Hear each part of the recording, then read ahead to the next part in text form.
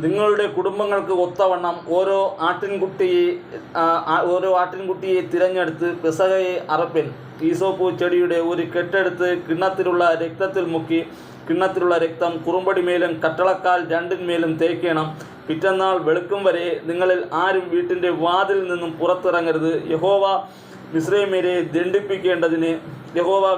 ദണ്ഡിപ്പിക്കേണ്ടതിന് കടന്നുപോകും. എന്നാൽ കുറുമ്പടിമേലും കട്ടളക്കാൽ രണ്ടിന്മേലും രക്തം കാണുമ്പോൾ യഹോവ വാതിൽ ഒഴിഞ്ഞു കടന്നുപോകും.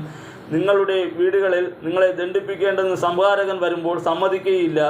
ഈ കാര്യം നീയും പുത്രന്മാരും ഒരു നിത്യ നിയമമായി ആചരിക്കണം. യഹോവ അരുളി ചെയ്തതുപോലെ നിങ്ങൾക്ക് തരുവാനിരിക്കുന്ന ദേശത്ത് നിങ്ങൾ എത്തിയ ശേഷം നിങ്ങൾ ഈ കർമ്മം ആചരിക്കണം. ഈ കർമ്മം എന്തെന്ന് നിങ്ങളുടെ മക്കൾ നിങ്ങളോട് ചോദിക്കുമ്പോൾ മിസ്രയീമ്യരെ ദണ്ഡിപ്പിക്കയിൽ മിസ്രയീമിലിരുന്ന ഇസ്രായേൽ മക്കളുടെ വീടുകളെ ഒഴിഞ്ഞു കടന്ന് നമ്മുടെ വീടുകളെ രക്ഷിച്ച യഹോവയുടെ പെസഹയാഗം ആകുന്നു ഇത് എന്ന് നിങ്ങൾ പറയണം. അപ്പോൾ ജനം കുമ്പിട്ട് നമസ്കരിച്ച് ഇസ്രായേൽ മക്കൾ പോയി അങ്ങനെ ചെയ്തു. യഹോവ മോശയോടും അഹരോനോടും കൽപ്പിച്ചതുപോലെ തന്നെ അവർ ചെയ്തു. അർദ്ധരാത്രിയിലോ സിംഹാസനത്തിലിരുന്ന ഫറവോൻ്റെ ആദ്യജാതൻ മുതൽ കുണ്ടറയിൽ കിടന്ന തടവുകാരൻ്റെ ആദ്യജാതൻ വരെയും ഇസ്രായേൽ ദേശത്തിലെ ആദ്യജാതന്മാരെയും മൃഗങ്ങളുടെ കടിഞ്ഞൂലുകളെയും എല്ലാം യഹോവ സംഹരിച്ചു. ഫറവോനും സകല ഭൃത്യന്മാരും സകല മിസ്രയീമിലും രാത്രിയിൽ എഴുന്നേറ്റു.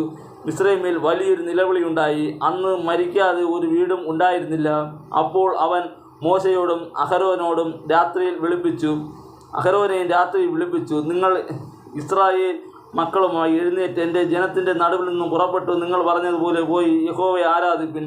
നിങ്ങൾ പറഞ്ഞതുപോലെ നിങ്ങളുടെ ആടുകളെയും കന്നുകാലികളെയും കൂടെ കൊണ്ടുപോയി എന്നെയും അനുഗ്രഹിപ്പിൻ എന്ന് പറഞ്ഞു.